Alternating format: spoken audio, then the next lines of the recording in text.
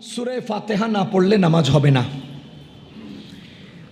আহলে হাদিস ভাইদের এই দাবি, সূরা ফাতিহা না পড়লে নামাজ হবে না, এটা হাদিস শরীফে আছে। রাসূল করিম সাল্লাল্লাহু আলাইহি ওয়াসাল্লাম ইরশাদ করেন, লা সালাতা ইল্লা বিফাতিহাতিল কিতাব, কোন নামাজ সহি হবে না যদি সূরা ফাতিহা না পড়া হয়। আপনারা কি বুঝতেছেন আমার কথা?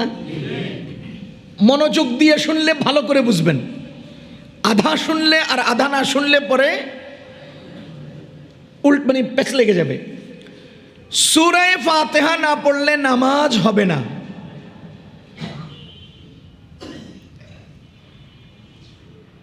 কার নামাজ হবে না? সবাই বলেন তো, কার নামাজ হবে না? উত্তর, নামাজির নামাজ হবে না। বলেন, নামাজির নামাজ হবে না। রোজাদারের নামাজ হবে না, না নামাজির? নামাজির নামাজ হবে না। এখন প্রশ্ন হলো, নামাজি কয় প্রকার? আমি খুঁজে দেখি নামাজি 4 প্রকার। নামাজি কয় প্রকার? 4 প্রকার। খেয়াল করেন। 1 নাম্বার, যিনি ইমামতি করেন, সবাইকে সাথে নিয়ে নামাজ পড়েন, তার নাম ইমাম। তার নাম ইমাম। কি নামাজি নন? বলেন, ইমাম নামাজি নন? নামাজি। 2 নাম্বার, যারা ইমামের পেছনে ইক্তেদা করেন তাদেরকে বলে মুক্তাদি। মুক্তাদিরা নামাজি নন? নামাজি। 3 নাম্বার, যিনি ইমামের সাথে 1 রাকাত পান নাই তাকে বলে মাসবুক। ইমাম সালাম ফিরানোর পরে যে 1 রাকাত 2 রাকাত পান না, তিনি কি নামাজি নন? নামাজি। 4 নাম্বার, যিনি জামাতে যুক্ত হন নাই, একা একা ঘরে, বারান্দায়, মসজিদে, যেখানে হোক একা নামাজ পড়েন, তাকে বলে মুনফারিদ। তাকে কি বলে? মুনফারিদ, একা নামাজি। কয় প্রকার হলো? 4 প্রকার। 1 ইমাম, 2 মুক্তাদি, 3 মাসবুক, 4 মুনফারিদ, একা নামাজি। নবীজি বলেন, লা সালাতা ইল্লা বিফাতিহাতিল কিতাব, সূরা ফাতিহা না পড়লে নামাজ হবে না। কার নামাজ হবে না? নামাজির নামাজ হবে না। এখন 4 প্রকারের নামাজিকে আমি সামনে দাঁড় করালাম। দাঁড় করাইয়া দেখলাম, হিসাব নিকাশ মিলালাম যে আমি কোন কোন নামাজি সূরা ফাতিহা না পড়লে তাদের নামাজ হচ্ছে না। এখানে প্রাসঙ্গিক একটা গুরুত্বপূর্ণ কথা আপনাকে বলে রাখি। আমাদের নামাজে 4 ফরজ, 6 ফরজ। নামাজের ভেতরে কয় ফরজ? 6 ফরজ। 2 ফরজ আমরা আদায় করি মুখে, আর 4 ফরজ আমরা আদায় করি অঙ্গ প্রত্যঙ্গে। এই অঙ্গ প্রত্যঙ্গের 2 ফরজ দাঁড়ানো হালতে, 2 ফরজ বসার হালতে। দাঁড়ানোর হালতে কিয়াম আর রুকু, বসার হালতে সেজদা আর কোদা, সেজদা আর আখেরি বৈঠক। তাহলে 2টা সেজদা বসার সাথে যুক্ত, 2টা দাঁড়ানোর সাথে যুক্ত, 2টা মুখের সাথে যুক্ত। মুখে কি করি? আল্লাহু আকবার, তাকবীরে তাহরিমা বলা। 2 নাম্বার, কেরাত পড়া। এই 2টা ফরজ মুখে। কিয়াম করা, দাঁড়ানো। রুকু করা, হালতে দাঁড়ানো, হালতে কিয়াম। সেজদা করা, হালতে কোদ। আখেরি বৈঠক করা, হালতে কোদ। তাইলে আপনারা বলেন তো, আমাদের নামাজের ভেতরে কয় ফরজ? 6 ফরজ। আমার আল্লাহ দয়ালু, আমার আল্লাহ মেহেরবান, আমার আল্লাহ কত বড় দয়ালু, এটার একটা অঙ্ক মিলান। আল্লাহ ভালো করে জানেন, কিয়ামত পর্যন্ত আগত মুসলমানদের সংখ্যাগরিষ্ঠ মুসলমান সহিহ শুদ্ধ কেরাত পারবে না, সহিহ শুদ্ধ তেলাওয়াত পারবে না, সূরা ফাতিহা ভালো করে পারবে না। আমি তো বলি শতকরা 85 থেকে 90% সাধারণ মুসলমান সহিহ শুদ্ধ তেলাওয়াত পারে না। পারে না। ইন্টারভিউ দেন, আমি আমার বিষয়টা প্রমাণ করে দেখাবো। এবার আপনারা বলেন, নামাজে কয় ফরজ? কেরাত পড়া ফরজ কিনা? বলেন তো, নামাজ ভঙ্গের কারণ কয়টি? প্রথম কারণ কি? নামাজে অশুদ্ধ পড়া। তাহলে নামাজে তেলাওয়াত করা ফরজ। নামাজে অশুদ্ধ পড়লে নামাজ ফাসেদ হয়। এবার আপনারা বলেন, শতকরা 85-90% মুসলমান যারা কেরাত পড়ে না, যারা সহি শুদ্ধ তেলাওয়াত পারে না, তো তাদের নামাজের কি হবে? তাদের নামাজের উপায় কি হবে? এজন্য আমার আল্লাহ দয়ালু মেহেরবান, তিনি বলেন মুহাম্মদুর রাসূলুল্লাহকে বলে দিয়েছেন যে আপনি দুনিয়াবাসীকে শুনিয়ে দেন, মান কানা লাহু ইমামুন ফাকিরাআতুল ইমামি লাহু কিরাআতুন, যেই ব্যক্তির ইমাম হবে ইমামের কিরাতই তার কিরাত। জোরে কন্না সুবহানাল্লাহ। যার ইমাম হবে ইমামের কেরাতই তার কেরাত। এবার আমাকে বলেন, যার ইমাম হবে তার ইমামের তাকবীর তার তাকবীর, এটা বলেন নাই? যার ইমাম হবে ইমামের রুকু তার রুকু না, ইমামের কিয়াম তার কিয়াম না, ইমামের সিজদা তার সিজদা না, ইমামের বৈঠক তার বৈঠক না। তাহলে 6 ফরজের অন্যতম ফরজ তেলাওয়াত করা, কেরাত পড়া, এটা আপনারটা আমার দায়িত্বে, আপনারটা আমার দায়িত্বে। আমি শুদ্ধ করলে আপনার আদায় হয়, আমি আল্লাহু আকবার বললে আপনার আল্লাহু আকবার হয় না, আমি কিয়াম করলে আপনার কিয়াম হয় না, আমি রুকু করলে আপনার রুকু হয় না, আমার সেজদায় আপনার সেজদা হয় না, আমার জলসা আপনার জলসা হয় না। ও ভাই, আপনার কেরাত আমার কেরাতে হয়ে যায়।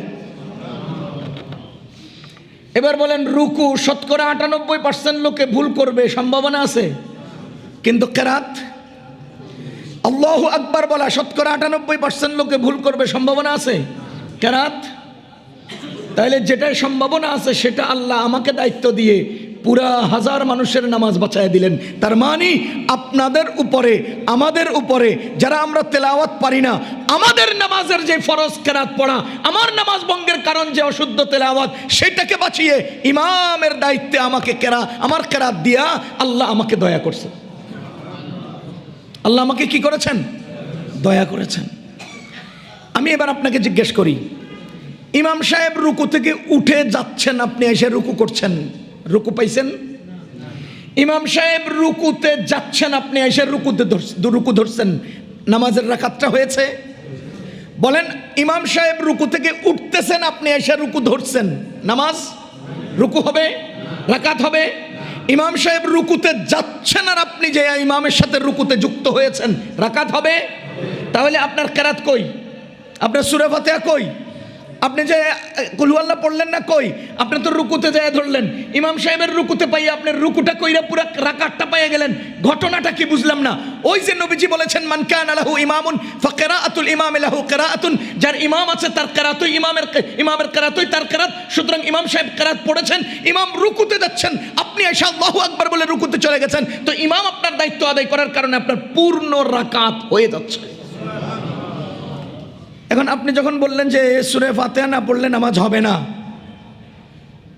এবার আমাকে বুঝাইতে হবে নামাজই কয় প্রকার? 4 প্রকার।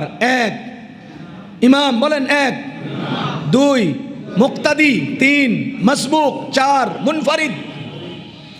ইমামের কিরাত, মুক্তাদির কিরাত, ইমামের কিরাত, মুক্তাদির কিরাত।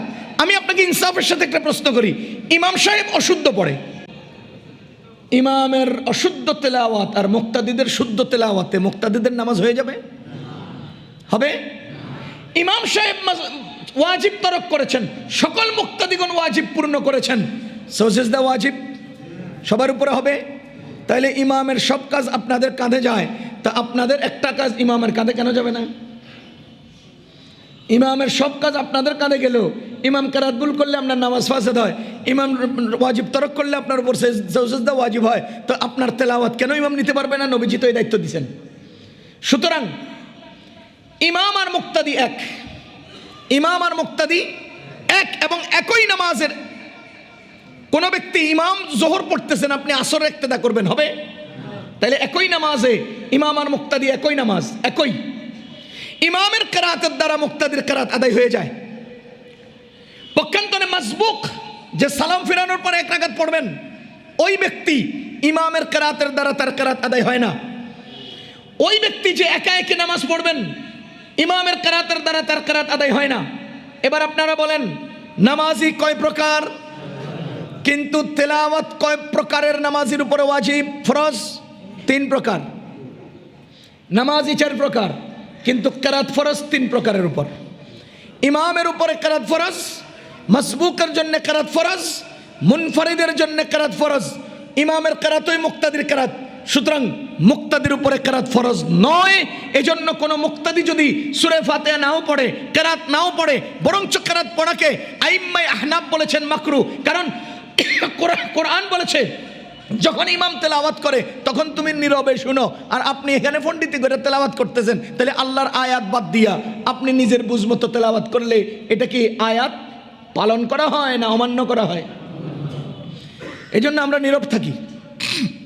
আমি এই মাসআলাকে বিশ্লেষণ করে গভীর আলোচনায় যেতে চাই না। আমি শুধু আপনাকে একটুকুন বলতে চাই যে ইমাম সূরা ফাতিহা না পড়লে ইমাম মুক্তাদি উভয়ের নামাজ হবে না। মসবুক সূরা ফাতিহা না পড়লে মসবুকের নামাজ হবে না। মুনফারিদ সূরা ফাতিহা না পড়লে মুনফারিদের নামাজ হবে না। কথা কি বুঝতেছেন? ইমাম না পড়লে ইমামের হবে না, না মুক্তাদিরও হবে না? বলেন বলেন, ইমাম সূরা ফাতিহা না পড়লে ইমামের নামাজ হবে না, মুক্তাদিরও হবে না। তো মুক্তাদি সূরা ফাতিহা না পড়লে মুক্তাদির নামাজ হবে না, না ইমামের নামাজ হবে না? মুক্তাদি সূরা ফাতিহা না পড়লে ইমামের নামাজে কোনো ঘাটতি আসবে? মুক্তাদির নিজের নামাজে কোনো ঘাটতি আসবে? তাহলে পড়লে কি দরকার, না পড়লে কি দরকার? যদি বলেন না না পড়তে হবে, তো 98% যে সূরা ফাতিহা শুদ্ধ পারে না, এদের অশুদ্ধ নামাজের মধ্যে তো নামাজ ফাসেদ হয়। তো এবার আপনি বলেন জিম্মাদারি দিয়ে দিলে তো নামাজ ফাসেদ হওয়ার সম্ভাবনা বেশি। কিরে ভাই, জিম্মাদারি দিয়ে দিলে নামাজ ফাসেদ হওয়ার সম্ভাবনা বেশি না? এই জন্য আইম্মায়ে আহনাফ বলতেছেন না, কেরাতের জিম্মাদারি ইমামের, বাকি সবগুলোর জিম্মাদারি নিজের। সূরা ফাতিহা নামাজে পড়া লাগবে, এই পয়েন্টে আমি আপনাকে আরেকটু সহজ করে বুঝাই।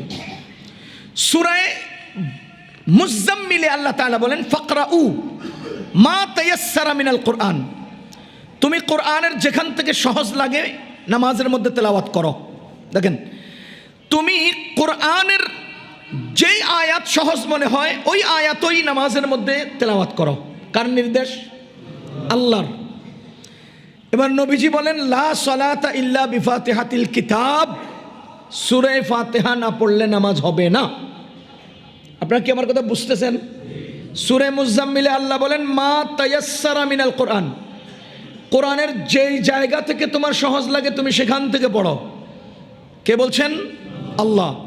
নবীজি কি বলেন? লা সালাতা ইল্লা বিফাতিহাতিল কিতাব, সূরা ফাতিহাই পড়তে হবে, সূরা ফাতিহা না পড়লে নামাজ হবে না।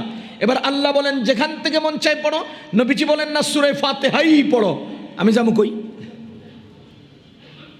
বুঝেন নাই? আমরা সাধারণরা যাব কই? উম্মত পালন করবে কিভাবে? নবীজি বলেন যে সূরা ফাতিহাই পড়তে হবে, আর আল্লাহ বলেন তোমার কুল হু আল্লাহ ভালো লাগলে ওটা পড়ো। এবার আমাদের নামাজ শিখতে হবে, বুঝতে হবে, নামাজকে তারতিব দিতে হবে। আইম্মায়ে কেরাম, মুজতাহিদ ইমামগণ উম্মতের আমলের গুরুত্ব নির্ধারণের ক্ষেত্রে শরীয়তের বিধানকে 5টা স্তরে নির্ধারণ করেছেন। ফরজ, ওয়াজিব, সুন্নতে মুআক্কাদা, সুন্নতে গায়রে মুআক্কাদা, মুবাহ, মুস্তাহাব স্তর নির্ধারণ করেছেন। এবার আসেন কোরআনের অকাট্য হুকুম দ্বারা সাব্যস্ত বিধানকে বলা হয় ফরজ। কোরআন বলেছে ফাকরাউ, অকাট্য হুকুম, পড়ো, তেলাওয়াত করো। কোথায়? নামাজে। সুতরাং ইমামগণ লিখছেন ফাকরাউ সমান সমান কেরাত পড়া ফরজ, কেরাত পড়া ফরজ। এবার ইমামগণ আরেকটা উসুল ঠিক করেছেন, হাদিসের অকাট্য হাদিস দ্বারা সাব্যস্ত বিধানের নাম ওয়াজিব। লা সালাতা ইল্লা বিফাতিহাতিল কিতাব, সূরা ফাতিহা না পড়লে নামাজ হবে না, অকাট্য হাদিস। সুতরাং সূরা ফাতিহা পড়া ওয়াজিব। কোরআনে কারীমের ইখতিয়ারি কোনো বিষয়কে কেন্দ্র করে সাব্যস্ত বিধানের নাম ওয়াজিব। ফেলে আমরে গায়েবের দ্বারা নির্ধারিত বিধানের নাম ওয়াজিব। আপনি আমরে হাজির, আমরে গায়েব এগুলো বুঝার জন্য সরফ লাগবে। যেমন ওয়াল ইউফু নুজুরাহুম, এটা আমরে হাজির না, এটা আমরে গায়েব। এজন্য মান্নত পূরণ করা ওয়াজিব, যেহেতু এটা আমরে গায়েবের দ্বারা সাব্যস্ত। আর ফাকরাউ যেহেতু আমরে হাজির, এজন্য এটার দ্বারা ফরজ সাব্যস্ত হয়। আকিমুস সালাহ আমরে হাজির, এজন্য নামাজ কায়েম ফরজ। আতুজ যাকা, আমরা হাজির, এজন্য যাকাত দেওয়া ফরজ। ওয়াল ইউফু নুজুরহুম, আমরা গায়েব, এজন্য মান্নত পূরণ করা ওয়াজিব। শুধু লফজের ব্যবধানের কারণে হুকুমের স্তরের ব্যবধান তৈরি হয়েছে। এবার আসেন ফাকরাউ, কেরাত পড়ো। সুতরাং আমরা হাজির, কেরাত পড়া ফরজ। লা সালাতা ইল্লা বিফাতিহাতিল কিতাব, সূরা ফাতিহা না পড়লে নামাজ হবে না। সুতরাং সূরা ফাতিহা পড়া ওয়াজিব। মা তায়াসসারা মিনাল কোরআন, কোরআনের যেখান থেকে তোমার ভালো লাগে এই অংশ থেকে ইমামগণ নিচে দিয়ে লিখছেন সূরা ফাতিহার সাথে অন্য সূরা মিলিয়ে পড়া ওয়াজিব। যেহেতু মা তায়াসসার ইখতিয়ার, যেহেতু লা সালাতা ইল্লা বিফাতিহাতিল কিতাব কাট্ট হাদিস, যেহেতু ফাকরাউ, দেখেন এক আয়াত আর এক হাদিস থেকে তিনটা ওয়াজিব এবং ফরজের মাসআলা বের হয়েছে। ফাকরাউ, কেরাত পড়া ফরজ। লা সালাতা ইল্লা বিফাতিহাতিল কিতাব, সূরা ফাতিহা পড়া ওয়াজিব। মা তায়াসসারা মিনাল কোরআন, সূরা ফাতিহার সাথে আরেকটা সূরা মিলিয়ে পড়া ওয়াজিব। আপনারা কি বুঝতেছেন আমার কথা? এগুলো আমরা বড় কিতাব থেকে শিখছি, তো একটু সহজ করে বলার চেষ্টা করতেছি। এখন আপনি বলেন নামাজে ওয়াজিব তরক করলে কি ওয়াজিব হয়? সাজদা। বলেন কেরাত পড়া, সবাই বলেন ফরজ। ফরজ তরক করলে নামাজ বাতিল। সূরা ফাতিহা পড়া ওয়াজিব তরক করলে নামাজ হয়, কিন্তু সাজদা ওয়াজিব হয়। সূরা ফাতিহার সাথে আরেকটা সূরা মিলিয়ে পড়া ওয়াজিব। ওয়াজিব তরক করলে নামাজ হয়, কিন্তু সাজদা ওয়াজিব হয়। আপনারা কি বুঝতেছেন? এবার আপনি বলেন সূরা ফাতিহা কেরাত কিনা? কেরাত কিনা? তাহলে ফাকরাউ, কেরাত পড়ো। কেউ যদি সূরা ফাতিহা পড়ে কুল হুয়াল্লাহর সাথে না মিলায়, তাহলে সূরা ফাতিহার সাথে আরেকটা সূরা মিলানো রয়ে গেছে, ওয়াজিব তরক হয়েছে, তার উপরে সাজদা ওয়াজিব। যে বলেন তো কুল হুয়াল্লাহ কেরাত কিনা? কোনো ব্যক্তি কুল হুয়াল্লাহ পড়েছে কিন্তু সূরা ফাতিহা পড়ে নাই, যেহেতু সূরা ফাতিহা পড়া ওয়াজিব ছিল, এই ওয়াজিব তরক করার কারণে কুল হুয়াল্লাহ পড়েছে, তো তার নামাজ সহি হবে, কিন্তু তার উপরে সাজদা ওয়াজিব হবে। কেন? সেই ব্যক্তি সূরা ফাতিহা নামক এই ওয়াজিব তরক করেছে। এবার আপনি বলেন কোনো ব্যক্তি যদি সূরা ফাতিহাও পড়ে নাই, কুল হুয়াল্লাহও পড়ে নাই, কেরাত পড়েছে, সুতরাং কেরাত পড়া ফরজ ছিল, এজন্য ওই ব্যক্তির নামাজ ফাসিদ হয়ে গেছে। আপনার বুঝতে কষ্ট হতে পারে, হলেও আমি বলবো, কারণ পেস্ত আপনি লাগাইছেন। এমন মাসআলা কেন বলবেন যে মাসআলার দ্বারা মানুষ বিভ্রান্ত হয়?